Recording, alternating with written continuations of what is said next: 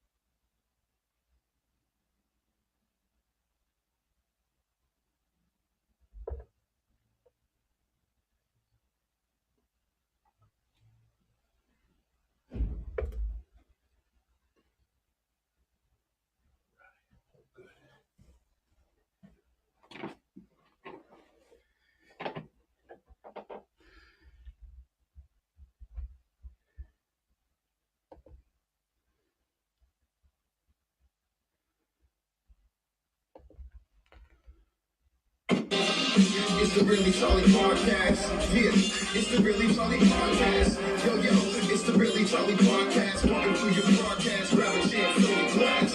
Yeah, it's the Really Charlie Podcast. Yo, it's the Really Charlie Podcast. Yeah, it's the Really Charlie Podcast. Walking through your broadcast, grab a chair, fill your glass.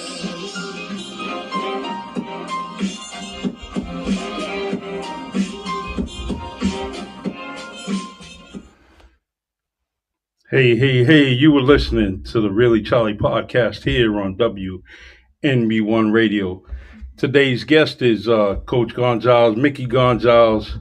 Second time around, he is here, and he's always a pleasure to be around. I love hearing his stories. I like talking to him about almost anything, but one of my favorite things is talking basketball with one of the all time greats in this area. So I am so proud to have you here. What's up, Coach? Hey, I just want to thank you, Charles. I mean, you're a role model to all of us, not Thank only you. just the Thank you. kids, but to the adults as well. And it's always a pleasure to see you. This is So thank you for having me. I mean, first time around, it was a blast. It was sure during was. COVID, and you expanded. You told me over 300 people, and this is a great thing in which you do, giving back to the community. Which this is Charlie Perry. Yeah, I'm trying, man. It's come, it's getting better and better each month, each week, and I got a lot to thank with WMB1 Radio, with B Mag and Margarita. They just do so many amazing things, and for them allow me to come to this station to do my podcast live. I appreciate it. I'm also, we're on Restream. Fireside also. We're doing our thing on Fireside. So I'm really happy with this, and when we get guests like you on, it's just brings a highlight, brings it more attention to us because things are getting bigger and better, and when we have folks like you on to tell your story, more and more people want to come here and tell their story. And that's what community is about, and that's what WMB1's about. Yeah, very much so. I don't know. People always say you're humble. You never really talk about yourself. You accomplish a lot for yourself individually. Obviously, having great parents, great family. You know, and I always just joke and say, well, you haven't probably seen the first podcast when I said Charlie Perry. I couldn't shut up, but you made me feel so comfortable and so Yeah, welcome that wow. You just brought everything out. yeah. And I mean, I ain't this no lie. I listen to it all the time. Usually once a month, I'm listening to that first time, that first visit, that first podcast that we had, and just to kind of say, wow, man, this was great. This was a great podcast. I got to do it again. I got to do it again, and that's what I kept saying for the past month or so, and I just didn't see you, and then all of a sudden, bam, here you are, and I said, well, let me let me give you a call. I forget what it was. You know what? I think it was your sister that reminded me to call you. So I called you, and I said, let me see if I can get Coach back on here. You know. Yeah, yeah. A lot of things have happened since for me.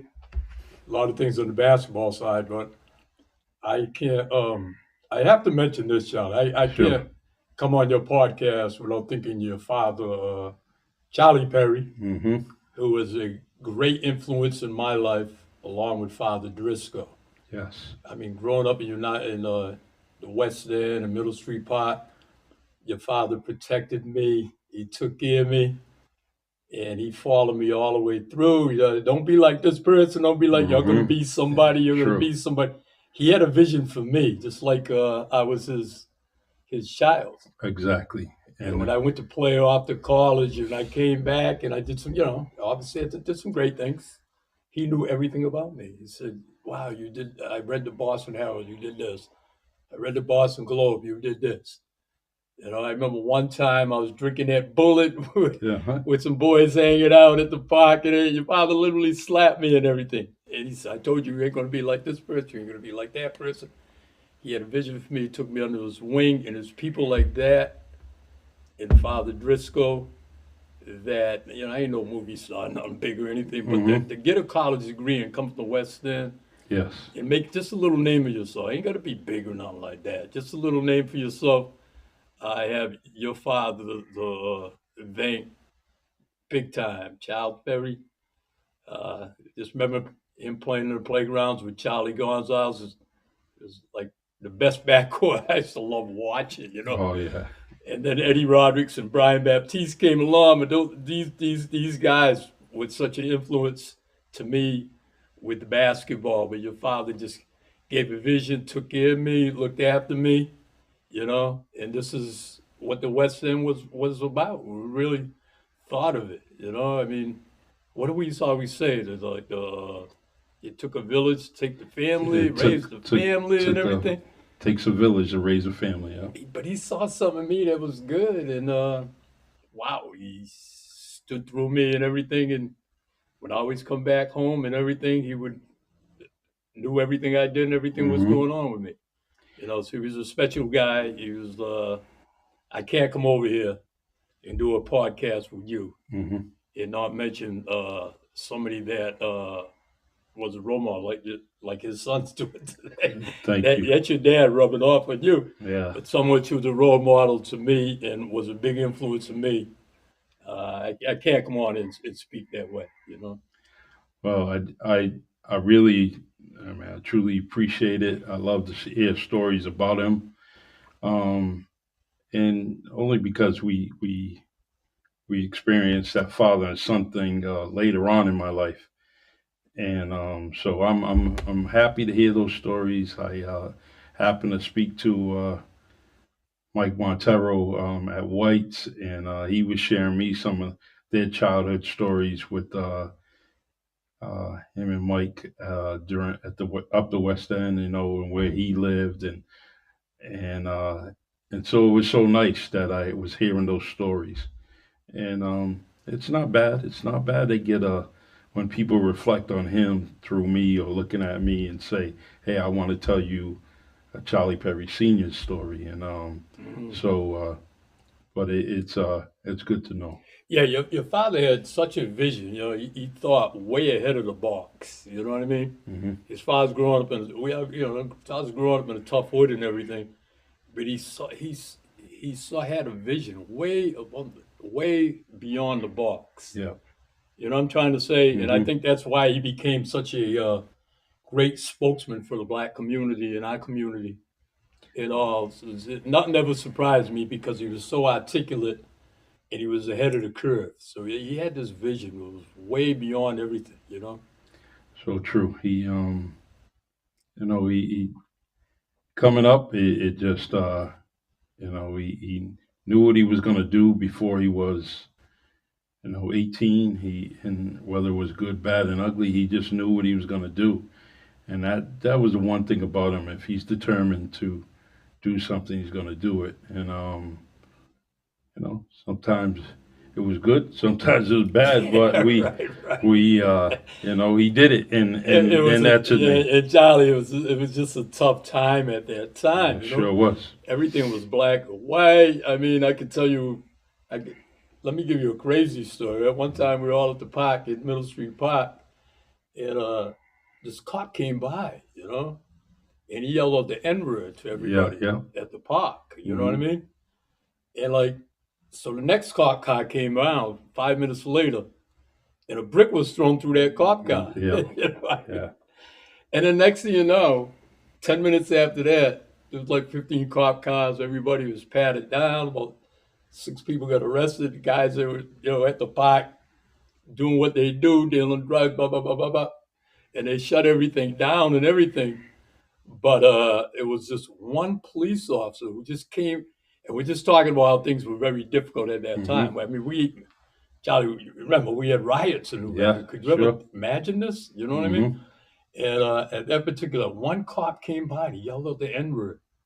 And it was just unbelievable. And come to find out, the true story to that was he had a problem with somebody at the park that he probably arrested him 2 or 3 times, and Hmm. he had this thing with him. Yeah, You became a famous police officer yeah. along with Ferg and the role models you Hmm. had that influenced you to become. But we understand. I mean, there's a few bad apples everywhere. Yeah, And everywhere. you Yeah. know what I mean? Look what happened in Minnesota. What happens? Everything Hmm. is crazy. It's crazy. Crazy. Police reform and everything. Everything is needed. But it took that one cop that caused all that problem for that particular Hmm. day, and it went on for 2 hours. You know what I mean? And they came packed, 15 cop cars, shotguns down, Hmm. pulled up on us. Say, here, Yeah. I'm over there just shooting baskets. You know me. Hmm. Everybody's shooting dice, selling that. I'm over there just shooting away, playing. I'm in my world. I'm in my world. But that was an eye-opening experience, and it really changed my world. But it's a true story, crazy but true story.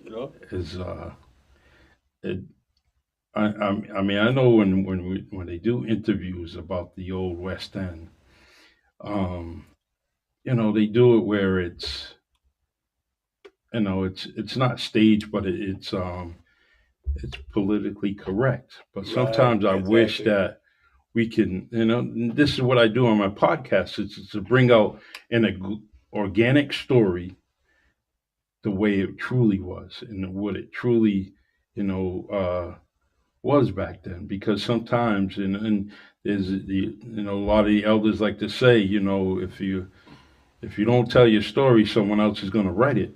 And Right. so when they talk about the West End, it's so to me,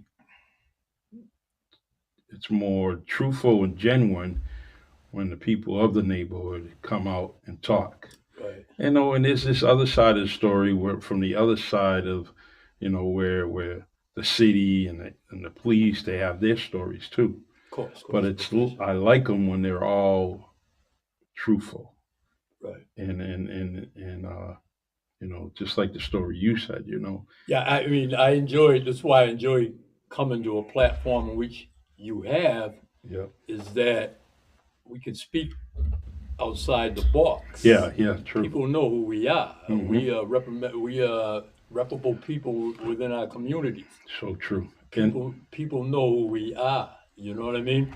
So you don't feel the sense of have to be politically correct where you can be honest and tell the truth about some things, hmm because the world is not always just black and white. true. There's other parts. You know what I mean? And just like growing up in the West End, South End, and everything, everybody has a story of something that was funny and crazy at that time. But I don't know, people change, times change as well, as they say. Yes. But what's real is real. What happened and what I see today and what you see today, and you probably saw more of it being a police officer yourself, those particular times. Wow. I mean, like it was mentioned earlier, who could ever say we had a riot? But that's just where our country was at that time. It So was in every true. city and everything. But when you think of New Bedford as a microcosm of this Yeah. little place Hmm. and it can make so much noise. You know what I mean? Yeah. I think we made more noise in Boston at that particular And time. yeah, and it, you know what, they every national article that I see, when they're talking about civil rights and the riots, and there's always there's a little blurb about New Bedford, and then when they mention about the Black Panther Party, then there's a story about New Bedford and the Black Panther Party, and and that's all over. I mean, we have some people that were here during the riots, and they have moved on to states like California, Mhm. and uh, and they talk about it, and they talk about how people in Oakland did mention New Bedford. Yeah, and that's where your dad was such a special person to the community. He was articulate. He had a voice. He was the people's voice. Yeah. You know what I mean? Hmm. He can sit at a table with rich, poor, ugly, regardless. You know what I Hmm. mean? And a lot of those voices got silenced because they were facing facing criminal charges, and probation, and so there was a lot of charges coming out where they were kind of silencing or trying to silence people back then by giving them a charge, and or on probation, which led to many people kind of fleeing, Right. and then the people that were talking were a lot of the And we could tell a story. I mean, oh, we can go I on knew forever. brothers back in that day that didn't sell out and went to prison. Yeah, yeah, so You know true. it as well as I do. You know what I Yep. mean? Stood their ground and everything. What Hmm. they used to tell us back in the day when we were kids, if you don't stand for something, you'll fall for nothing, right? True, It always true. stuck with me. Always stuck with me. You know what I mean? Hmm. And these were the people that fought those battles for us when you didn't dare to be. There was no such thing as being politically correct. This is who Yes. we are, and this is what's happening. Hmm. This is an injustice. This is wrong. This is discriminated. This ain't right. You know what Yes. I mean? Yeah. And there's only a handful of people like this. You know what I mean?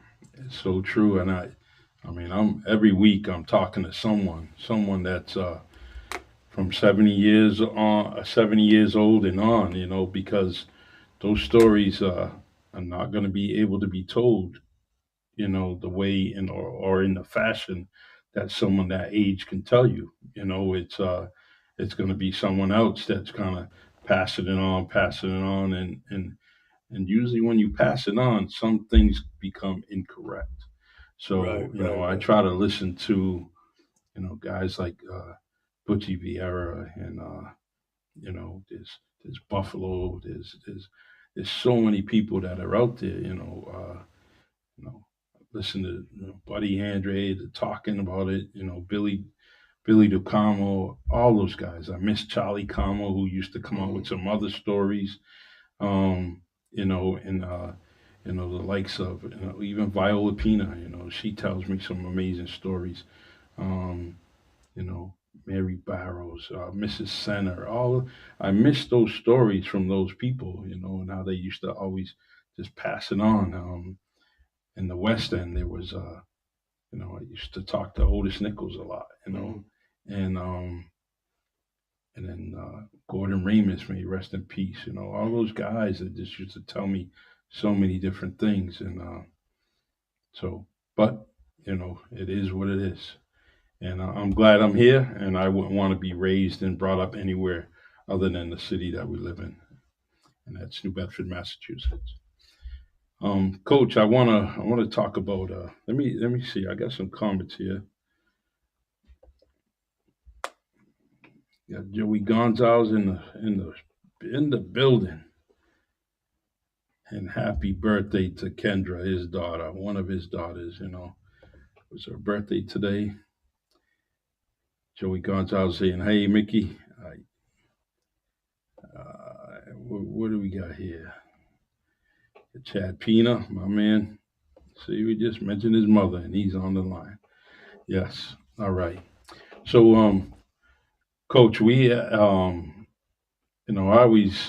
want to. We just mentioned about my dad, and I I know I told you this, but just in case you don't remember, but my dad didn't go to a lot of my sporting, events because he wasn't around.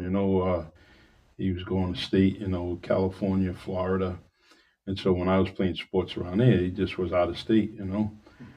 But when we finally came back, and one of the first games he ever attended was my basketball game at the CYO. And on that particular day, you was with him on the stands, sitting with him. And I'll never forget that day because that game was very dear to me because I end up winning the game on the free throw line, a couple of shots from free throws, and we end up you know going to Fall River. And we end up playing there, and it was amazing. But that starts my admiration for you because I already knew of you. But to see you and my dad here in the stands was something that was dear to me. And then there's one other thing that, another game that my mother went to. Her first game was in California. And, I ended up winning that game too. But what I'm getting at is that support, to see your kids in the stand, see you in the stands, parents in the stands, friends in the stands, support your children because you never know what they're doing. They're watching. And I remember where you guys were seated, and that left on me. And then later on, seeing you coaching, at the high school, and it's just I always had this admiration for you, and I always wanted you to win no matter what, because that's how far and how deep you mean to me by just being there. I mean, you were going to just watch a game, but it just so happens at that moment you were sitting with my dad. And now I know why you were sitting with my dad because he was a mentor, So, Yeah. but Well, you reminded me of you as a basketball player, right? Your yeah, father was this kind of guy, right? He, he was the hottest rookie on the basketball court, and so we played 5-on-5. They always would pick me, hmm 11 to 12 years old. They played like $10 a man for yeah, like some drink or something, you know yeah, what I mean? yeah, So that I could shoot. So they get me. They guaranteed they pick me. But your father would always want to play the toughest guy on the other team. hmm And he never wanted no limelight, no publicity to yeah, himself. hmm And I always saw you as a person represents that so much in a subtle way. thank you. I think you've done so much for a community as a police officer and just Charlie Perry the person that it would be okay with you if no one ever acknowledged you. Mhm. And your father was like Yeah, that. It was your father was like that in a basketball court. I just want to play the toughest guy. hmm He'd rather make the pass than to. Back in the day, I could score, so yeah, yeah, I'm the yep, guy that's yep. going to get hmm the limelight. Never mind the guy that does all the dirty work and everything. You hmm know, your father was just so settled that way. I want to play the toughest guy. Who is it? I got him. Okay, I got him. hmm And if the guy scored a basket on your father, wow, you would Yeah, take it hot. You'd be so hmm upset. And not most of the time, we want to duplicate itself. You know what I yeah, mean? And he was just built in that way. That just toughness that your father had. hmm Playing the toughest guy. I don't want no limelight. I don't want that. I see a lot of you and your father in that particular settled way. thank you. You know, you've done so much for a lot of people in our community that I don't think a lot of people realize that. And you'll never be one to be on Front Street to toot your own horn. No, I can't do it. No, no. But it's understood because we know who Charlie Perry is. You hmm know what I mean? We it's a lot of people above me and have just the stuff just I don't know. That's what they taught me, and they carried on, and I have any problem doing it because it felt good. It felt good to do for someone else, but I didn't need any praise. If I had something to offer, I'm going to try to offer it, and it just carried over when I end up going into law enforcement and doing that. So um, I just I just just want to do. People say God's will, but I guess I am. I'm trying to do what I was taught to do and be. I'm just trying to give to someone else. And maybe it's advice, maybe it's giving a break, Yeah. whatever it may be. That's what I'm Don't gonna you try to don't you do. ever feel as we get older, right? Is that you talk about God. We dip in religion. We all believe in our God and It's true, true. what have you. But don't you believe your life is set up for you? Yeah, yeah, I exactly. mean, I keep coming back, right? I have worked with people with various disabilities for years and years, Hmm. and it's not the best of paying jobs, you know what I No, mean? But I never looked at the money, you know what I mean? true. I looked out in my more in my heart, you know what I mean? And Hmm. it were times economically, yeah, they didn't do well because of it, you Yeah. know what I mean? Hmm. Never look beyond it because you always get, in some way or fashion, you always got paid back. Yeah. You know what I'm trying to say? Hmm. And so, I always I always would say, I'll never be a rich man, I'll never be a poor man, but I love what I see when I look in the mirror. Yes. You know what I mean? True. And part of that's having two great folks growing up in the West End and what you Hmm. call the Wild Wild West. Yes. And can you even imagine uh, having a brother and two sisters with all college degrees growing up in the Hmm. West End? Yes. Growing up in the West End. Amazing My family you father had have. like a third grade education, coming Hmm. from Cape Verde Island. And he was this a cook and a chef on a tugboat. But I was so, because I had a good mom that understood education, that pushed me. I was the first in my family to get a college degree. But if your dad comes in and other people come in, where is there's a basketball side that they got your back with it. And I don't think I could have went to college if I could have played basketball. Hmm. But then Yeah. once you get there and you're recruited by a lot of colleges, you know what I mean?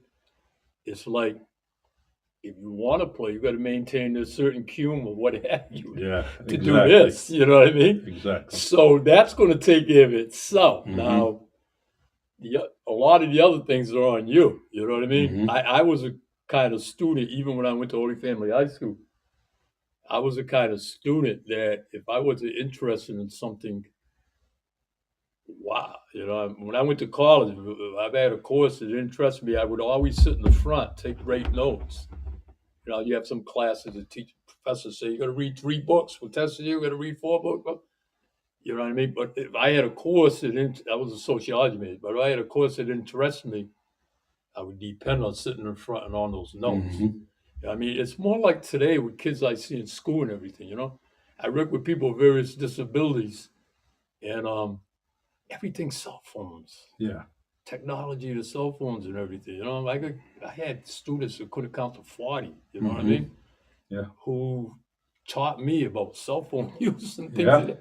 And I used to go back and tell the teachers, y'all are missing the boat. Hmm. We can't just get this kid to add over 40, but yet he can tell you anything, Everything. Yeah. technology on a cell phone, everything. We ain't capturing this person's interest. You Hmm. know what I mean? True. We have a lot of work to do, you know? And then, I mean, I'm in the elementary school now, and every kid has a laptop, Mm. and it's what they're doing their work on, and But could you think of, and I lecture in where I work at, and I teach this course called social studies. But did you ever think that two things I always said had happened that you never would have thought happened? You ever think we'd be paying for water? yeah, that's true. I mean, My growing up, father, we went everywhere, and if we have our some water, parents, they want to yeah. give it to you. Listen, when I went to college, right, I couldn't come home on some weekends because my mother would say, your father knows where every penny is going, Hmm. right? So I can jump on a bus and come back and do everything. Yeah. And every once in a great while, she'd be slide me $10. You know what I Yes. mean? Hmm. Slide me. My father knew although he was the breadwinner, brought in everything. Yep. My mother ran the house and ran, but my father was a seaman. He was away for 2 weeks and so. but she would like sneak me $10. Hmm. And the other thing was, did you ever think, besides the water thing, because I could see my father now, we never had these discussions, but I lost my father about 5, 6 years ago, but we never had these discussions. You know what I mean? Because I know what the answer would be. Yes, There's a faucet there, just throw a couple of ice cubes over there, right? exactly. And but the other thing too was that, did you ever think we'd have a day and an age where you could call somebody and they have a phone right in their pocket Hmm. and you can walk around? You know, it's just wow. It's and Because I'm a dinosaur, I'm old school. My hmm. friends laughed that went to college with me and everything. You know what I mean? Because I'll just tell them I still have my phone at my house, and you Yeah. would, what's the name? What do you call these things? I don't even know what they call these things. And my friend that lives in Georgia that played with me at Birmingham State, he would always say, "You better get with the times. Hmm. I can't go there anymore. You better Yeah. get with the time." I said, what's the old? If it ain't broke, what we fixing?" Yeah. If you need to tell me to call me, leave it on my The voicemail. mail voicemail. Yeah. Yeah, Yeah. what's wrong with that? You know, but people see it spoiled us to them. Yeah. Because you hit me up, right? You expect me to hit you back within 10 minutes. Yeah. You know what I mean? Hmm. Or something of that nature, So, It's yeah. I see so many people that that's their Bible. I mean, I always have my phone with me. It's gotten to the point where my computer at home, I rarely go on it because the capabilities in my phone do exactly what my computer does. and you know what? Tell me this ain't true. Yep. People are freaked out if they miss their phone, don't have their Oh phone. yeah. Yeah. It's They like it disrupted their lives for like a quick hour or so. They can't adjust. It's, true. it's, it's True. freaky. Yeah. I've seen people freak out. I've seen women cry who lost their Hmm. phone. They say, "Wow, Jesus, wow." Yeah. You know what I mean? It's crazy. Kids fighting and Oh, when I I was at mean my last years in New Bedford High School, that was so off the chart because there was no cell phone use. yeah. Yeah. I mean, you use your cell phone at lunch. And so, we had some teachers that couldn't control classrooms. Hmm. So they'd tell kids, and it was so raw. You're getting these indifferent. I'll, if you give me a half an hour of your time, I'll let you go on your phone for 15 minutes. But they Hmm. didn't realize they were making it worse for the next teacher that Oh came yeah. aboard that was by the book. You Hmm. know what I mean? Yes. And so it created so much friction. You don't like me like so and so likes me. You know Hmm. what I mean? No, it's just a rule's a rule. We're gonna have it. We gotta have this. Time to school. Yeah, Time for school, and that's when we're here to learn. You're not gonna. Yeah, you'll exactly. learn something on your phone, but you're not gonna learn anything. What we want to teach you. We want to teach you something there, and they get so distracted and concentrate on that phone, and when you finally look at it, they're not doing anything on their phone but fooling around, social media. You know, back back then when you was at the high school was MySpace going into Facebook. They were just that's the stuff they were doing. And concentrating on it. But now it's even. I mean, I'm in the elementary school and kids have phones. They have their phones at 10 years old, 11 Right, years right, old. right. Some of it you understand. Some of it I don't know. I still can't grasp a whole of it. You know what I mean? Um, Because you almost ask the question is, I don't know, when is a kid considered an adult? yeah, When they can pay their own bills or what have you. You know what I mean? yeah, And it's then on the other end, you have the parent that just loves their child, that checks every 3 or 4 times a hmm. day. That's a beautiful thing too. Yeah, You yeah, know what I'm saying? hmm, Versus a kid that wish he can get that text. yeah. You know, and that's True. a beautiful thing too. So I don't know. Where does it cross the line? Where's it cross the line? I don't know. I We guess it just depends on we circumstances. gotta adapt to it, Right. because let's just face it. There's no right now. It's two families, two parents have to go to work. Compared to way back when it was only one. Mm. And if it is one, they it's It's just a tough situation. So when you want to keep that communication with your child during the day, because society is in Yeah, and I such. think that's the important word, Mhm. communication. You know what I mean? All right, Coach. Let me play a commercial so we can pay the bills. And let me mute this here.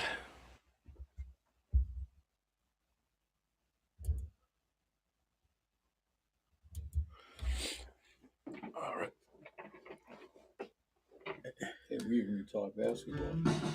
Yeah, It's no secret that that's the what I trucking like Get off about on it. industry that is shit. struggling for That's what I drivers. like about So it. why not look for a school that can That's give what you I the like about credentials it. that you need to start that new career?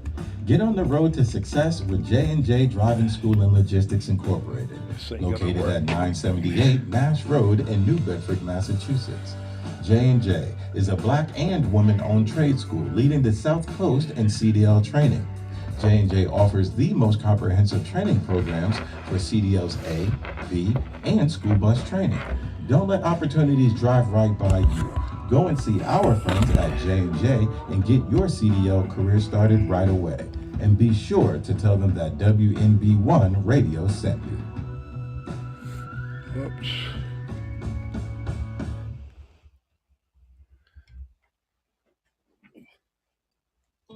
Reliable Bus Lines Incorporated has been a leader in the school bus industry for over 40 years. Founded in 1980, Reliable Bus Lines Incorporated has provided the South Coast and surrounding areas of the Commonwealth transportation services ranging from private to contracted school bus and van services for corporate transportation. Specializing in Who's school that? Oh, bus Reggie Victor. transportation, Reliable Bus Yeah, Lines cares about my your man precious He Reggie. cargo. tunes in Our on this drivers all are the time. Yeah, trained he and does. certified and understand the importance of being on time and getting students All right, to Coach, and we're from gonna go school live. safely. A staple in the greater New Bedford region, Reliable Bus Lines Incorporated is a women and minority owned company. Our staff prides itself on being diverse, professional, and helpful. Call now to book your next outing, 508 992 0342. So come and take a ride with Reliable Bus, the bus you can trust. And don't forget to tell them that WNB1 Radio sent you. All right, everyone. You were listening to WNB1 Radio, and this is the Really Charlie podcast. We are here with Coach Mickey Gonsalves, my friend, and this is the second time around, and we're talking basketball. Well, we're going to talk basketball. We're talking everything else. We see our friends on the restream. It'd be Joey Gonzalez. We got Chad Pina, um, Christian. I see you, Christy. I see you, Reggie Victor. All right, Reggie says, "What's up, brother? Give Mickey my love." Yes, Coach loves you too, man. Um, and everyone on Fireside, I see you out there. I hear you. Continue to support me on Fireside. Also, there's a YouTube channel, Really Charlie, that I will share this video on YouTube, LinkedIn, Spotify, along with, like I said, Fireside. But this is WMB1 Radio, and later on, after the coach steps away, I will be serving you R&B music on the rocks, chilled music with a chilled host, where you get to listen to the music you love the most here on WMB1 Radio. All right, coach, man. NBA playoffs going crazy. Loving all the games. How about you? Yeah, oh, well, it's the greatest time of year. Just go Oh, home and there's like, what was it, 4 games on yeah, it's yesterday. Some predictions, some unpredicted. You know what I mean? hmm yeah. Celtics, I think, are looking very, very good on paper and everything, but It's, it's why the games are played. sure. I just I was anticipating throughout the whole season that there was going to be this clash. And I'm not. Let's just say I want my team to win, and that's the Celtics. But it looks like they're going to hit Philadelphia in the early rounds. The second round, and man, I don't want that because I like when they go at it. I like Embiid just goes to another level when he plays the Celtics, and Tatum actually goes to another level Jalen does, and I just like that Philly and Boston rivalry, along with the Knicks. Those are the teams that I love to see. In our West, I mean, what, what can you? I mean, the Sacramento Kings are just, they're playing and then taking it to the champions, and for them to be down 0-2, the Warriors never can count them out. But this is the first time in a long time they ever been down 0-2, I think, or Yeah, maybe even the first time. that's special for the NBA to see a low market team come up and you know we don't even know where that's going. I wouldn't say that. I wouldn't Yeah, say that series is over. no, no, Golden State is at a knack for playing poor on the road, so I wouldn't yeah, and that's say been that's through over. throughout the whole And you season. know what? If you had to bet your life on, I wouldn't even know which way to go there. The old school in me says Golden State in seven, but wow, the way it's been played out, they've been taking it to them. So that's very, very. Right now, it's tough to call. I Yeah, mean, yep, they only did what they had to do, win at home. But if history says what it says, Golden State is lost on the road all year. hmm They got to win one over there to advance. yeah. So So and but that's been my favorite series because it's been a game through every minute of that game, that series. oh it's yeah, it's been so yeah, intense. last night was very, very wow. Even with a minute left, you didn't know which way that was Hmm. going. You know what I mean? Yep. The and But I'm loving it. The play-in was just a great brainstorm, and it's interesting how they, all this stuff started coming out, how they do the All-Star game and how that, so how they make up the teams, and all those different brainstorms came around the same time, and I like that. So whoever's up there in that office needs to stay because they're being creative. Now, the All Star game, I love the 3-point shot um, shooting competition. I do like everything else. I really don't really watch. Yeah. The dunk contest, I didn't expect much, and it was a show that I truly missed because the kid. Yeah, I'm not a big fan of the All Star game. I don't know why. Yeah. It's just I can't even fathom playing the game and just playing at 70% or eighty Yeah. percent. Hmm. But it's more of a. I look at the All Star game as more of a show for the kids. Yeah. So if you and Hmm. I are off on this or tune in on this, we ain't going to get what we want to get, Hmm. because the competitiveness is Yeah. not going to be there. You know No. what I mean? No. So I think that's more for the kids, and same with look in football. I mean, Yeah. they can't even come to a conclusion on what to do. Yeah. It's. They were playing bombardment for Christ's Hmm. sake. You know what I Yeah. mean? They're so lost on what to do. And you and me, we old school. We were just blaming on the people making the money, the dollars. Hmm. You know what I Yeah. mean? Throw the pads on, or throw the game on, or Yeah. back in the day, people would play with broken bones or whatever. Hmm. You know what I mean? And even making half or a quarter what you're making. Hmm. So throw the pads on, do what you do. The millions and millions of doing. But everything's marketable, Hmm. your brand. You know what I mean? So I mean, if I was in that position, I think I probably would think the same way too. But I'm just coming from a fan because, hey, listen, if you go to a game, right, and you bring your family, your kids, just go with. Hmm. You're dropping $1,000 at night. You sure are. I mean, And some people I know that go to it, they'll like save up for months to have probably one good night. You know what I hmm mean? yep. I always wanted to sit. I wanted to go to the garden and sit under the basket. I always wanted to sit there, and because I think that's the best seat in the house to see every single star Yeah. on the When I court. first started going to Celtic games. I was recruited to play at Boston State, Yep. and our coach played at Boston State. I mean, at Boston for the Boston Celtics. So I go to every game. Mm-hmm. That's when they were awful. And then Larry Bird came. Yes. You know what I mean? They were bad that year. So we sat in the front, and of course he knew everybody. Sit here, sit here, sit here. I was going every twice a week when they'd play home and play home. So they play home on a Tuesday or Friday. Mm-hmm. You know what I mean? Going to all the games, and then the year after, when Larry Bird came in through the door, it just changed and brought Boston Celtics basketball a new direction. You know, because Bill Russell and the great ones were gone at that. They had their run Mm-hmm. there, and so they had that little run where they had like people like Curtis Rose, Sidney Yes. Wicks. Mm-hmm. So they had a low where they like I don't know. I'm guessing there, but probably 3 or 4 years where they weren't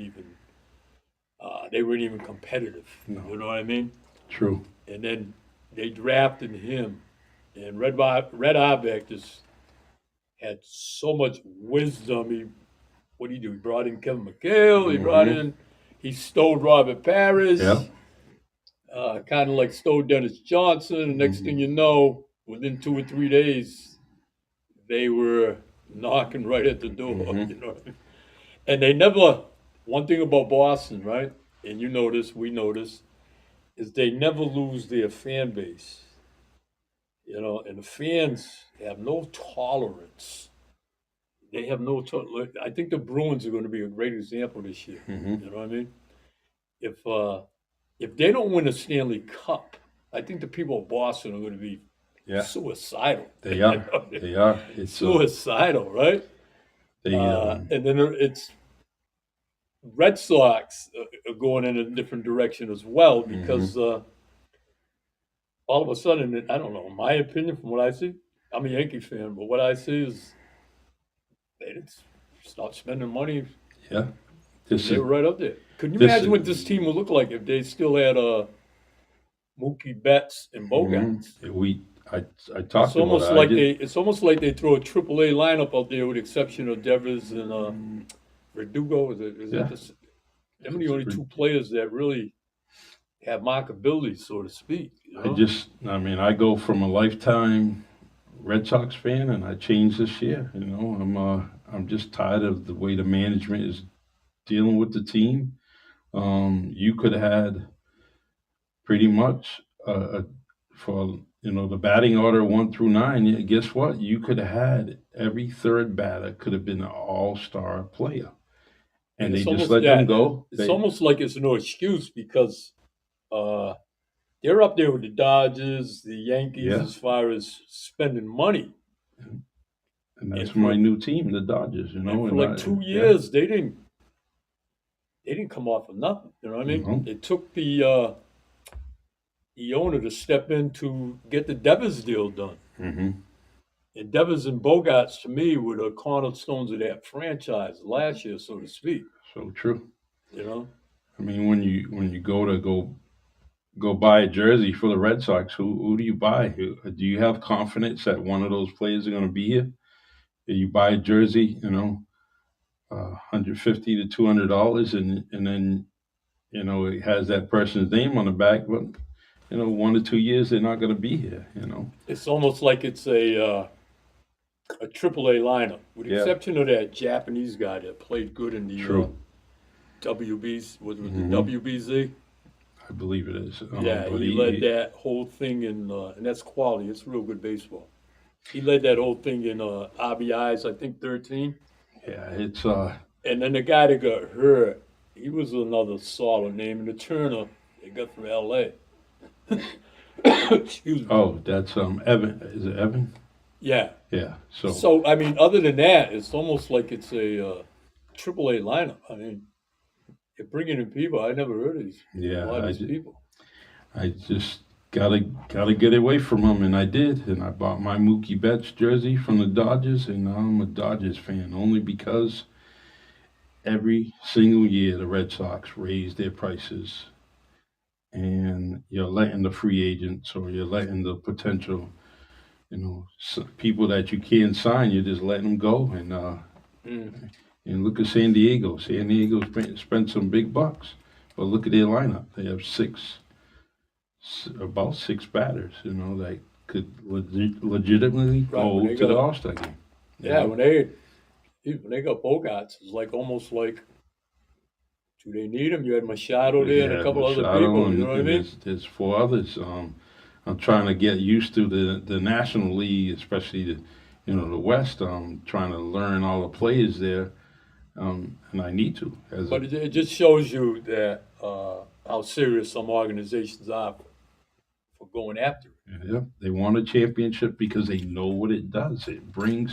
It's going to bring people. Like in basketball, again we're old school too, right? Yeah. And the Dallas Mavericks caught a lot of flack, right? Yeah. Here you are playing to play in the playoffs, and you're sitting your best players. Yep. So true. What's the focus on the whole season? I don't know. Explain that. Yeah. Yeah. Yeah. You play to even if you win the playoff, lost first round. The objects to get to the playoffs and hopefully if things click to win the whole thing. hmm You're telling your fan base that you don't even want to make the playoff. Now, granted, you can make excuses. Well, we brought in Kyrie Irving, we got this person hmm there.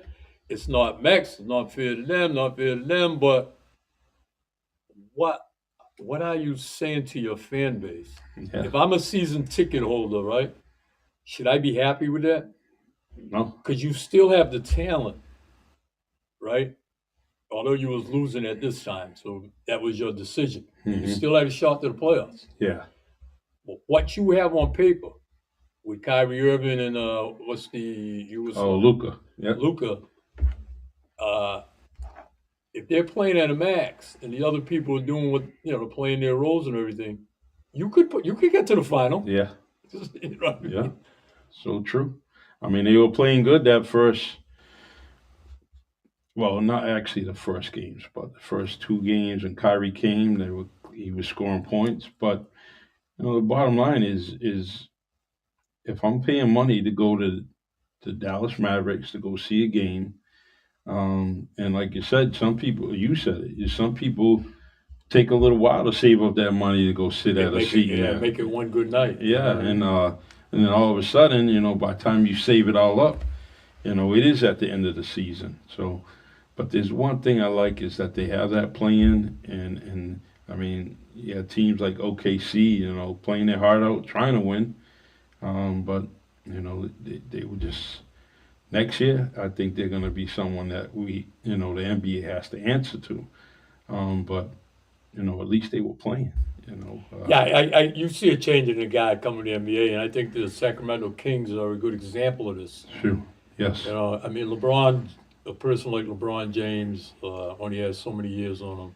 hmm So you're going to start to see the passing of the torch. You Sure. mentioned the New York Knicks, exciting young. You know what I hmm mean? Yeah.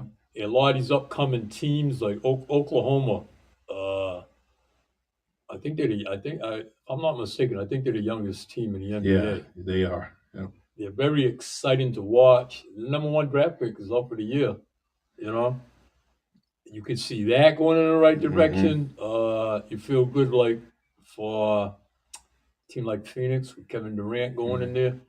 I like it because the wealth is sort of spread it around. I didn't hmm like it when it started getting very watered down when people were just True. joining other people. Yeah. It At just. that time in the NBA, you could say there's either three teams that are going to take it. hmm You know what I mean? If it wasn't one, it was two or three. Yeah. And you was going to be right. It was so watered down. You Sure know what I was. mean? Now there is a probably it's probable. I mean, we're watching four games a day now. It's probable in a sense that look at the Clippers versus Phoenix. You know what I mean? hmm Uh, the paper don't mean much as the other team hmm giving a little hot, playing a little hot, a little extra, or the talent ain't that far off. You know what I'm No, saying? it isn't. I mean, Kawhi Leonard. I think the Kawhi Leonard we're seeing is the Kawhi Leonard that was in San Antonio, in Toronto, especially in Toronto. He was so focused and he was knocking down different, you know, shots from all over the place in this last, 2 games. He was so Yeah, focused he's emerged. I and mean, that's the guy we talk about load oh management. yeah, yeah. He didn't play a lot this year, so in that regard, it ain't looking that bad from what management thinking was because you're there now. So now he has a lot more mileage on his Hmm. legs, and he's probably right now in this playoff. If he ain't one of the top 3, 4, 5 players, he's right there. True. And it's almost like a lot of people forgot who he was. You know what I mean? Yeah. Um, Excuse me, one thing.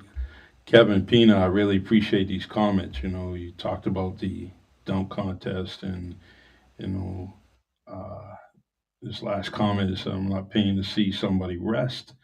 This is your job. You're a professional, and get there. What did it say? Get out there and man up. Yeah, it's true, Kevin. You did. They need to man up because people are paying money to see them, and I appreciate that. Um, my Bay Village buddy, man. A lot of Bay Village kids on here. Jack, my former teammate, Mickey. Remember Coach? I mean, remember Jack? Big Jack Nagia. Oh yeah, yeah, yeah, Yeah, yeah. I here he is, remember right that. there. I still say best lineman I know. Man, he was amazing.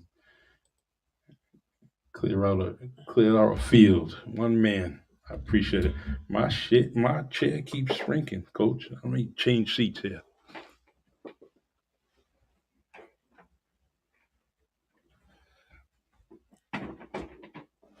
All right, Coach. Let's talk. I wanna read something here because I love this article from Buddy Thomas. So, and his little quick stats about you.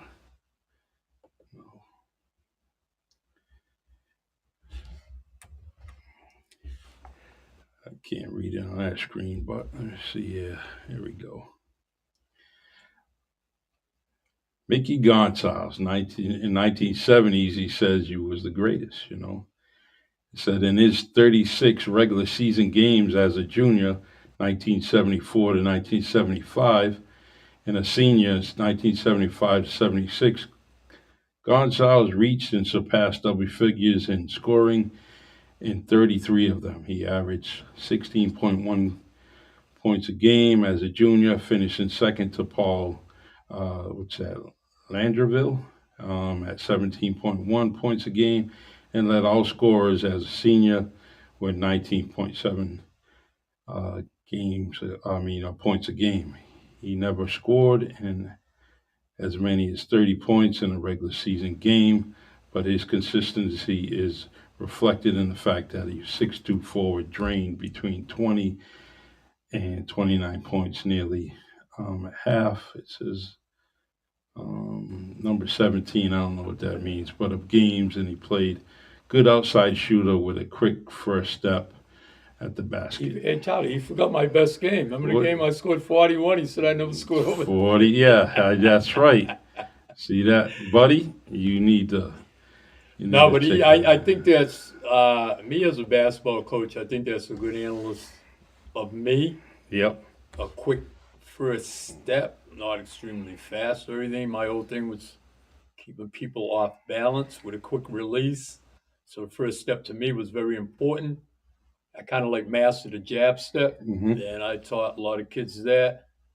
And from there, it's a fundamental. If you have that down and work on that, you can basically get what you want. But it meant a lot more with a person like me because I had such a long range in my shot. But the first step's very, very important. I mean, not extremely fast with the basketball. Very, I don't know what's the word to use. Cagey, I would say. I don't know. Yeah. Like I said, keeping people off balance, keeping that first step. People that play me say, "Oh no, he's quicker than what he appears to be." Hmm. You know what I mean? But if you're watching in the stands and everything, no, he ain't all that fast. You know what I Yeah. mean? But it's getting the person. and having the proper footwork and everything, very, very, very important uh, with any basketball player, True. you know. True. I I love the game, miss the game,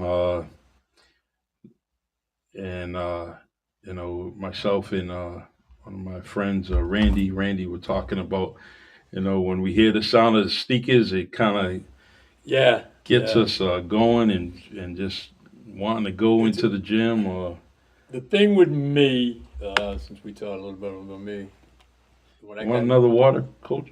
no, I'm good. All right. When I got into coaching and everything, if you're talking about me as a basketball player, what I know now that I should have known as youth, I wasn't privy to basketball camps, clinics, and all that. We didn't have that in the West End. Mm-hmm. Kids who had money could go to those things, and we didn't basically have all that stuff. So Yeah. therefore, I didn't have a lot of good coaching on me, with the exception of somebody like your father or somebody like that. You know what I mean? So you learn a lot of your basketball that way. Um, what I know now afterwards, everything is your body is very, very important. Mm-hmm. You know, when I go play at when I lived in Boston and go play at Northeastern BU playing against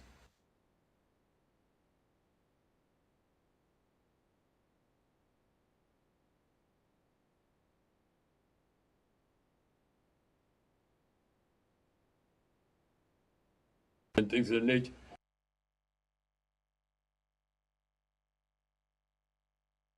So I never was born and bred that. If I did it today, I would have been, I think, a legitimately Division II college basketball player. Wow. And I only say this on these premises is when I played at Framingham State, one of my best games we ever played was against Stonehill College, Mm-hmm. which was a nice Division II program. They were ranked ninth in the country that year, first in New England, D2. We were a small D3 school, Framingham State. We went to Stonehill. They beat us by 4 points. Mm. And my numbers that particular, I wish I can prove it to Yeah. show you. Until I don't like to say things. Well, he made no. Was 25, 5, and 5. 25 Mm-hmm. points, 5 assists, 5 rebounds. Yeah. So that's when I really knew, oh, I this easy playing here. Other than playing in the gyms at Northeastern BU Mm-hmm. with D1 players and everything, you could see the indifferences of what made them and made you, your strengths. Mm-hmm. People like that very rarely didn't have many weaknesses. You follow what I'm trying to Yeah, say? I do. So it's easier. It was easier for them because again they had proper, proper coaching, basketball camps, clinics, everything. I really had nothing. But just go to the playground and just shoot, Mm-hmm. just shoot. Instead of working on basic individual moves, instead of working on my body and things of that nature. You know, so you know a lot more when it's all said and done. You probably feel the same with yourself, Yeah, I just do. playing basketball and football and what you did. Uh, Obviously, what you put in, you get out. Mm-hmm. My strength was always one thing it paid for me. My strength was always shooting and free throw shooting. I still have a few records at Framingham Yeah. State for my foul shoot. So what I could probably say is the things I worked on Yep. that I'm known for, right? But there's a lot of other things like you can compare me to this guy, that guy, this guy. And the only thing you can say, well, he could shoot better than him, but that guy could do a million and one things better than he could. You know what I Yeah. mean? Yeah. But I didn't have privy to what we're talking about here as far as working on the all around game, your all around skill. You're a kid, you don't know what direction that goes, you know. Mm-hmm. And then once I started getting into very much into it, clinics, coaching, and all these things, started eat, drinking, and sleeping. You know what I mean? Your mindset changed to becoming a coach. Never remembered about you, but there's things you could pass on. You know. Yeah. So I mentioned the jab step series before. When I had learned that, it basically was the only thing I really knew. You know, other than a basic go right, go left. You know what I mean? My left hand was a little weak, so people play it right. So when you get the jab step series, now you learn how to go the other way. So we try to touch all phases now. When you coach, try to give them as much as possible. Yeah, Kids are a little exactly. tough today. The AAU has changed so much in high school basketball. Hmm. You know what I mean? Uh, you got a lot of these AAU coaches that will want to be high school coaches. Yeah. It's the easiest thing to do is grab the best talent in the area and just roll the ball out. You know Hmm. what I mean? But unfortunately, today is that's how a lot of colleges recruit kids through the AAU circuit. You know, They're playing AAU. They're playing more games than practice. but here's what it did too, right? So when kids were going back to their high school, they were the big dog on their teams. Hmm. And I'm not talking about all the kids. I'm talking about a certain percentage. The great ones want to be coached. You know what I'm trying to tell you? Exactly. Yeah, And I there's a get you. handful of them. You can't tell them anything. Hmm. They had their rep. I get 20 a game. I played AAU. I travel. You can't Yeah. tell them. You Hmm. can't tell them much. Yeah. You know. And these are the frictions we would have when I coach AAU kids come to me and AAU coach versus me. Hmm. I remember we were playing at Attleboro one time. This guy came and sat next to me, and I'm waiting for the game. Then it was a JV game, Mm. and he was talking about my point guard, and he said, "You don't let her do this. You don't let her do this." And he was an older man, right? Hmm. And I said, "Excuse me, but who are you?" I'm her AAU coach. Yeah. You know, I said, "When she plays with you, she'll do what you want. She plays with me, she's Exactly. going to do what I want." That's it. I said, "This conversation's done." You know what I mean? I'm not gonna. I put too much work and too much energy into this. Go come listen to you. You just come to me and throw this at me. Hmm. I have no idea who you are or what's happening Yeah. here. You know? Too many. You know. I don't know. Just it's being at the high school level and coaching AAU. Um, High school was so much fun for me. And I had, from, I can thank guys like John Seed Sr. that gave me an opportunity to coach at Keith Middle School. It even goes further back, Tony Esteves, Rudy Boga, John Gonsalves, Joe Lopes. Those guys got me started when I was 18 years old. Ronnie Magnet, Ronnie Magnet Yeah. grabbing See, me. you're talking about And guys who really love the game, and there's no real egos involved here. yeah, We all have ego. Don't get me hmm, wrong. I had it yeah, as a coach. We had it as players. If you didn't think you was the best, then what was you doing? You know what I mean? hmm, But that's why when I became successful at New Bedford High School coaching girls basketball, I was very careful on picking my staff. yeah, I wanted a staff who wouldn't be yes people per se and hmm, think everything I do is golden. yeah, I wanted to have that dialogue where, hey, look at this, look at mm, that. yeah, I mean, I'm going to make the final decision. I'm the head man. hmm, And then if I have a couple of parents mad with me or something because that happens, that's hey, I didn't go undefeated. I didn't go 1,000-0. We yeah, lost games, but I remember a parent coming after me. We lost by 35. yeah, Coming after me, I'm cleaning towels and everything, and I knew what the parent was going to tell me, and I said, "Stop right there. I sucked. My team sucked. What do you want to tell me today?" yeah, yeah. He shook his head yes and walked away. I don't need you to tell me Yeah. how bad I was today Hmm. or how bad my team played. Every time we lose, I blame me. Yeah. I don't need you to tell me this. I understand if you lost by 30 or 35, I understand what went down. Exactly. My only thing was I couldn't wait to get to practice the next day. I'd Hmm. write down things. Oh Jesus, wow, wow, wow, wow, wow. You know what I mean? But you're talking about so when I pick staff, so a parent would come and I don't like he did this, da, da, da, da, da, da, da, Yeah. da. And I'm thinking of like a guy like a Butch McNamara was a godsend, as Hmm. far as great people, one of the best women's basketball coaches I've ever seen in this area. Extreme. Yeah. He touched such a community of all kids when he taught at Keith, and Yes.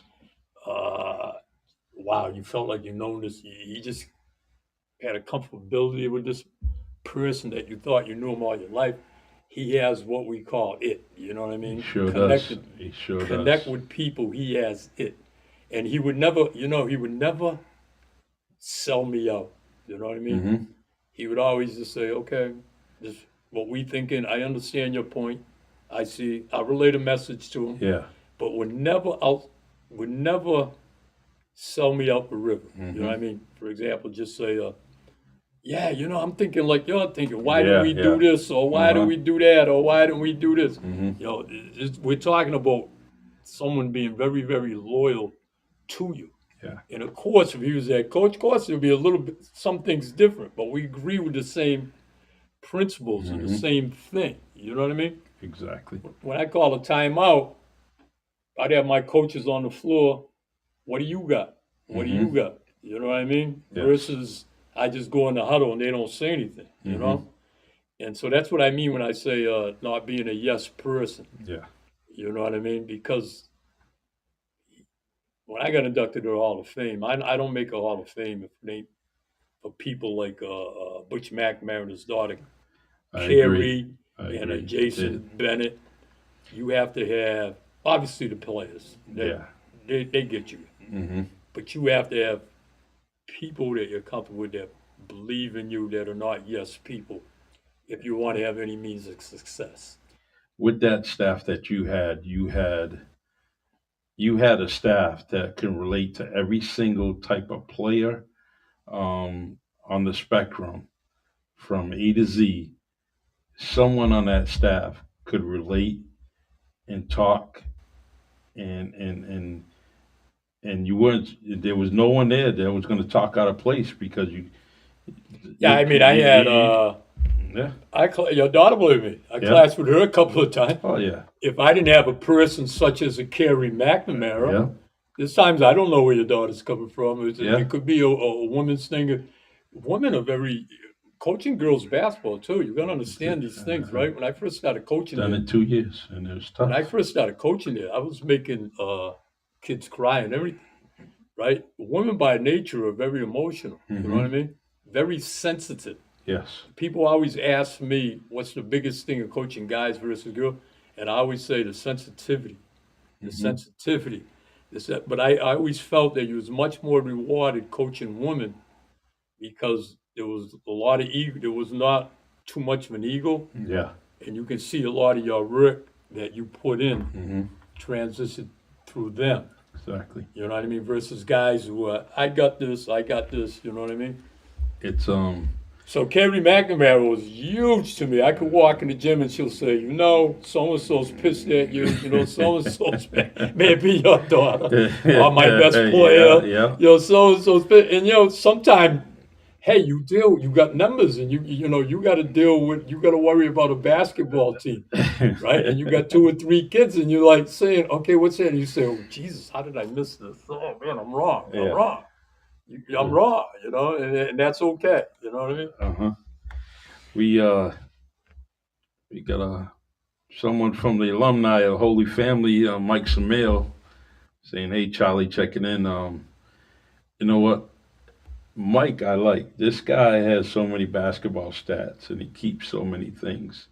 And we talk about different things from you and all the greats that came out of your high school." And all the greats that come in from this area. We go back and forth, and then we go to the other side, whether it's collegiate and professional. Um, but Mike and I, we were talking about the closing of the school, and now it's going to be an apartment building, um, and it's gone. When you kind of think of it, when you go to that corner, it's going Yeah, to be something different. I was the last alumni there. I was the last Yeah. basketball coach there. It's My best Holy Family story. My first day at Holy Family, this was a crazy. This is funny too. And you know me when I get on my stories, Uh Charlie. huh. We love to do these things, right? Um, so my first day at Holy Family, right? It's a Catholic school, and we get up to pray, and we get up to pray every class. And Sister Childs Francis, who was the principal there, I love her to death. She was hard. She was tough. During the prayer, she came up and grabbed two girls by their hair, dragged them Mm-hmm. right out of the classroom. I, I couldn't stop laughing. I Yeah. couldn't stop laughing. I thought that was so funny. Mm-hmm. And she said, "Next thing you hear on the mic on the intercom, Michael Gonsalves, please report to the Yep. office." And I had this big afro like this, Mm-hmm. right? And she grabbed me right by my fro. And so Sister Childs, when she talks, she's one of these like Jack Nabrigo also. When they talk, they spit sometimes. Mm-hmm. Yeah. And she had me by my afro like this, and she's like, "You are no longer a part of the New Bedford public school system. I own you now. Mm-hmm. Why ain't you looking at me in my face?" Right? And I said, "Sister, you're spitting at me. You're spitting at me, right? I can't look at you. You're spitting at me." And she loved me to death. I loved her. Uh, never got. I'm just a kid. I never saw that. You know what I mean? And she made it quite clear that first I never had no problem with Sister Childs Francis. Matter of fact, she's called me Michael the Archangel. You know what I mean? Nice. Never had a problem after that with Sister Childs. But why aren't you looking at it? I said, Uh-huh. sister, I would be spitting in my face. He got me in the target zone. I love Yeah, it. I yeah. love it. The I just I love basketball stories, and I just want you to be, I want it to be known to you and everyone else that this is what I want to do with the podcast. I want to bring out these stories. I want to bring out personal stories, and where we get the attention that we deserve here on WMB1 Radio just by telling these stories. And then we play some music, and that's what I'm going to do until 9. But I just wanted to give you an opportunity to close this podcast and with a story you want to share, some advice you want to give. And but I just on record, and I always tell you this: I love you, Coach, and love you as a person, love you as a coach, just love you as a citizen of this world, this city. I got nothing to say about you, and any bad things that is coming in your direction, and I'm there, I'm gonna let someone know, and I've always done that. You don't know Coach. Coach's a good dude. Mickey's a good dude. Whatever it may be. But then I don't hear people talking bad about you. And if they do, hopefully they don't say it in front of me. Yeah, no, I mean, my thing in life, what I pray every day is to be the best person I could the next day. And True. it's easy to talk and walk to walk. You know what I mean?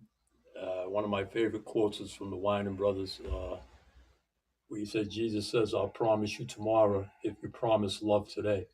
I just think that's so heavy and so deep Sure is. because tomorrow's not given to us. As time goes on, Charlie, how many great people we lost Hmm. in our lives every day. So if you be the best person you could every day, and I think when I mentioned earlier in your podcast, I think I have a calling because God has put me with people with various disabilities. No matter where I travel, no matter where I go, it's full circle. I end up back over there, Hmm. right? And I'm not getting paid a hell of a lot of Yeah. money. I'm not getting paid a hell of a lot of money, but the what I receive in love sometimes outweighs so much of the money, just the Sure happiness does. and the sit. And I know you have done this for years and years. I think I mentioned earlier, talking about you, is that you're one person who don't really seek the recognition, Hmm. but will walk that extra mile to bring happiness and bring some warmth and some togetherness to a community, which is at times we don't have their voice, like we had a voice like your father was one Hmm. day. back in the day, where we don't have that voice, and you made it to a point where you brought it to a platform here. Yes. And what I always loved and admired about this, because New Bedford is, we have a people that are so talented. Our outlook is sports, right? Mm-hmm. Singing, the arts. I remember I played in a benefit game, a local celebrity benefit game against the Patriots, and I was covering Stanley Morgan, and he took me out that night, and we hung out the whole night. And he was the wide receiver. The Patriots people don't Mm-hmm. know who he Yeah. is. Yeah. He treated me like a king, and we just talked about growing up in different hoods Mm-hmm. and enjoying life. And he was telling me, he was saying, "Do you realize this?" He said, "A lot of the Patriots come to Bedford and hang out." Mm. And I said, "What brings them here?" He says, "Your real museums, your art industry." Mm-hmm. And he says, "They're here every other week." Yeah. And I'm talking about the guys who have families. They Wow. just this is a night out. You know what I Yeah. mean? So my father was. How many great seamen did we have from here? So many.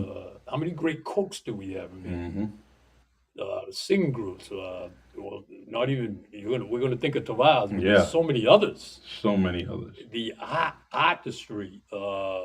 There's people you know who got bachelor's degrees, master's degrees, Mm-hmm. who are running things behind the scenes. Yes. Our community is so rich with so much talent. And what your podcast does is you reach out to some of the people. And how about the people that we know are great Mm-hmm. that will never get an opportunity, that do fell through the cracks? Yes. If we mention basketball, we only talk about the people who were successful and everything. Mhm. Them all well-away teams. Remember, a Yeah. lot of them guys that didn't go through high school and everything were the best They basketball were the team. best. You They know. fell through the. So there's always some, and there's probably people singing on a con or rapping or somewhere. They're Mhm. doing something. The artistry. There's so many people that have fallen through the cracks, and New Bedford is such a talented place. When I go to places such as Maryland or Virginia to see my sister, West Coast, what have you, they're always familiar with somebody in this way that did something, you know? True. You're always like our boy The Rock, right? The Mhm. Rock that went to LA, and next thing you Yeah. know, he's hanging out with Shaquille O'Neal, and from where he could freestyle Yeah. anything, blah, Yeah. blah, blah, blah, blah, blah. He just came to the top of my head. You know what I mean? When I go, my brother-in-law's a congressman. When he takes me to these Mm. Congress parties, everybody wants to know about Walsh, the DA, Yeah. our boy, Yeah. it was Paul. So And true. I come see Paul, and I said, I met a congressman from Indiana, Arkansas, all over. Mhm. They always ask about you, you know? He said, well, I was a DA, became a public speaker. Yeah. Very. Their political influence has Yeah, I gone became so far, and their political alliances to so many different people that Walsh name is oh, yeah, no is question. all over. You know, and you Right. mentioned about your brother-in-law. I took a picture with him this summer, and it was amazing because that was a that was the that was the icing on the cake for me to finally get a picture with him. I was following him only because we were trying to meet up when I was actually running, and we missed that opportunity. But this past summer, last summer, I was able to take a picture with him, and you know what? That meant so much to me. Yeah, he's his father invented the Black Yeah. Caucus. Hmm. He just recently wrote a book, and he autographed it and gave it to me. Wow. The man's, I believe, 92 years old. Mhm. Talk about a man with wisdom. No, his picture was on beer cans in Milwaukee, St. Louis, So because they St. Louis bred. yes. And he tells me stories. Oh, jeez, you think of him. You don't think too far down the line from a Dr. Martin Luther King, Hmm. Yeah. because that's what he was fighting. He told me what he fought for, how many times he spent his life in prison, standing Mhm. for paving the way, like your father in this Mhm. neighborhood and our communities, to making a better life for us. True. You And know what I'm saying? And but that's what I always love what you do, Charlie. You bring out the people that have fallen through the cracks because you have everybody's got a story, you know what I mean? And God don't make junk, you know what I Hmm. mean? I've reached out to a few people, and you're gonna kind of, we've been doing the podcast, but I reached out some homegrown folks to kind of bring them here, and so they could do some storytelling, and where we can have some conversation where people interact back and forth, through social media and through the radio, and have people call in, and just talk, and but I that's what I like. That's what I like, and we do have an open line in this area, but I like this open line. I like the way we do it here. It's just it's like sitting up the West End, at the Middle Street Park, or sitting down at Monty's, or hanging down at Ben Rose. Those are the kind of conversations that I want to bring here. So and just have us talk about it. Yeah, Um, 'cause time flies. Time don't wait for nobody. no, it doesn't. No, it doesn't. But well, Coach, I appreciate you. I really do. Let me just make sure I didn't miss any comments here because it may be addressed to you. Um, this is Charlie. You're so awesome. I'm so glad we are friends. And Chrissy, man, I'm glad I met you. And it's only been, we always known of each other, but I'm glad I met you. And you're an amazing person. You feel free to call me and talk to me anytime. Great. The Yeah, Coach. I'm welcoming you here. I don't care if it's next week. You say, Charlie, I want to go on. I want to talk one more story, or or or I want to come on and talk with me and a couple of my boys. We got a story to share with you. Feel free. Yeah, Every yeah. Tuesday I'm here, Well, a and lot of people, this is good, kind of good, a lot of people want to know what I do and everything. Well, yeah. I got back into coaching. So Oh, I'm nice. coaching at Taunton High School. I joined forces with Gretchen Rodericks. Oh, nice. Yeah, I And went to New Bedford 1 year. Yeah, it just didn't work out for me. You know what I yeah, mean? yeah, I've all the love and respect for Jordan Pino. He had yeah. a great year, and but it didn't work out for me. So Gretchen called me. As you know, Gretchen was the first superstar I was able to coach. I Mm-hmm. mean, Yeah. I've heard from so many schools. Oh my Lord! When she was a high school player, Michigan, West Virginia, I can Yeah. name them until she finally signed it. North Carolina, Wilmington. Uh, but Gretchen she's tough and she's hard nosed, just like she Mm-hmm. was as a basketball True. player. And one thing I always loved and admired about her is that what separated her is she always played big in the big Yes. games. You can't say that for a Mm-hmm. lot of people.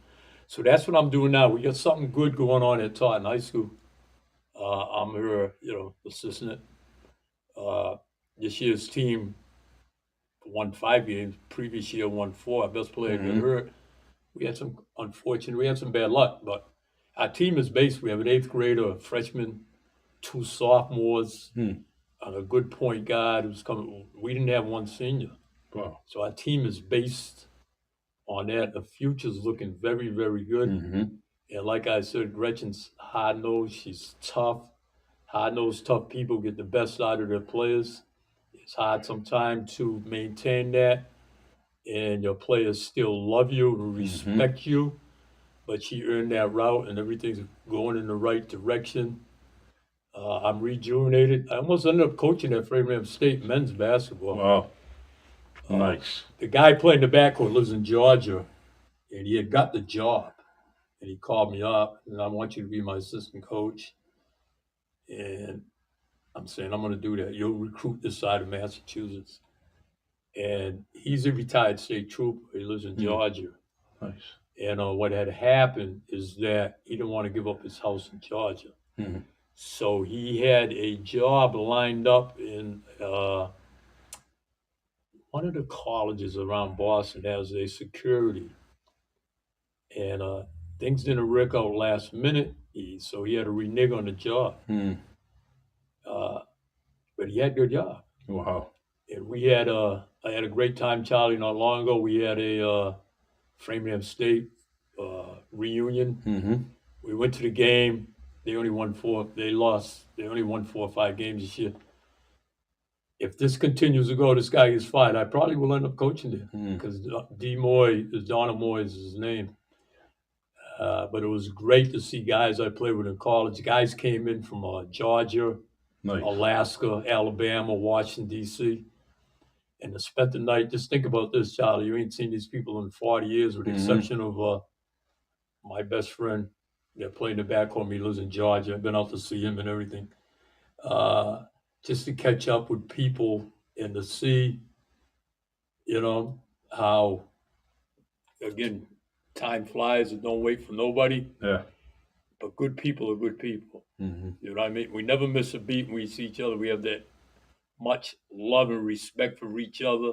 Everybody has an interest in how you're doing as a Mm-hmm. person, which is very, very real. Yeah. You feel the love. You know what I mean? Organic Yeah, which feeling, is very, man. very Yeah. real and Yep. interesting. One of my friends, a guy came from Alaska. He was retired FBI.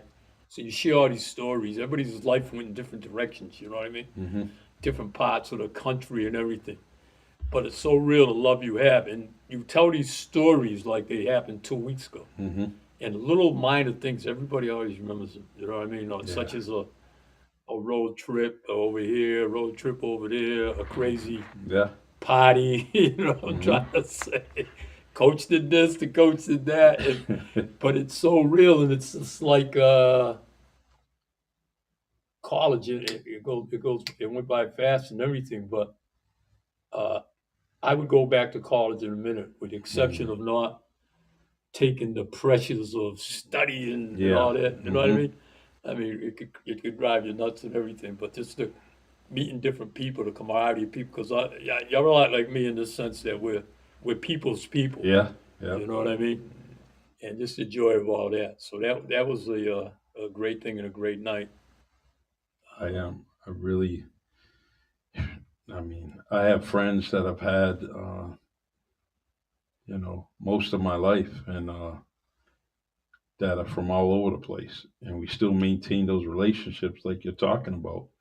And but I like to keep connected to everyone that I meet, and if we don't stay connected, at least I tried, and Right. It's really it's a small world when you think about it, right? yeah, With yeah. Facebook, I mean, we walked in, you was telling me, well, you have a clientele of people from Georgia, you said? Georgia, right on the fireside, a lot of people from the Atlanta's Writers Club, that Yeah, now follow two of my me. Yeah, sisters, I have two nieces that live in Georgia now. yeah. I Linda and Pat's daughters live out there. okay. So I got my friend that I played college with in Georgia. Mhm. So I was there not long ago because my sister Pat's daughter got married. And That's Atlanta's a right. beautiful place. And then when I go to Maryland, actually Virginia, because my sister Pat lives in Virginia now. Hmm. So when I come down, it's always, invite all the cousins down.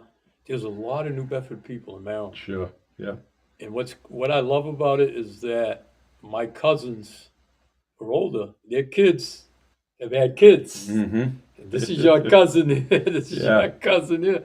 You know what I mean? I never seen them. You know what I Mhm. mean? So it's always, Yeah. that's always great. That's always a great Sure thing. is. 'Cause, no matter how long we live in life, we don't know where it goes and everything. One thing you'll always have is, you should cherish is your family. Exactly. You know? Um. All right, Coach. Well, we're gonna play commercial and then play. Well, I'm gonna play my favorite song first. And thank you for joining us, everyone, here on the Really Charlie podcast on WMB1 Radio. This is Coach Mickey Gonsalves. It's been a pleasure to listen to him and talk with him on the station, and we're going to try to bring him back and talk some more shop. Thank you for all your comments. It's really, really appreciated. I appreciate everyone on Fireside listening to us, also on YouTube. And so I'm going to play a commercial, play my favorite song, and then we're gonna hit you up with some music, some R&B music for about an hour. All right. Thank you very much, everyone. I appreciate you. Thanks, Coach. I appreciate you. Thank you, Charles. All right. Love Let's you, see. brother. Love you too. Let's see. Let me bear with me, Coach. So how often do you do this? Every week, Just every every time? Tuesday. Yep. Oh, cool. At this time, and I Got schedule ahead of time? Yeah. Or you got Yeah. to do that, huh? I do that. I try to do it, and I enjoy it. I really do. Let me. All right, Charles, let me get back. All right. I'm on vacation. I'm gonna go home like we talking basketball. So that's what I'm gonna go do. All Lay right. on my couch and be a couch potato and watch basketball. I'm gonna do the same once I get out of here. We got 1 more hour. You just play music. Play music. All right, let me. Oops, I made a mistake here.